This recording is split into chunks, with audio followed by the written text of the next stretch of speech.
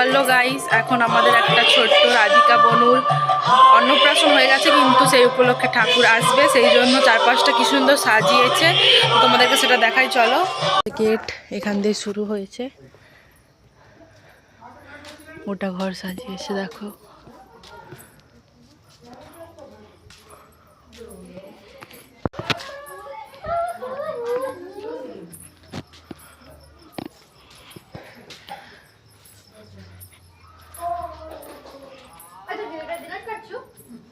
তো পুরো ভিডিওটা দেখো তোমরা, কত সুন্দর সাজিয়েছে।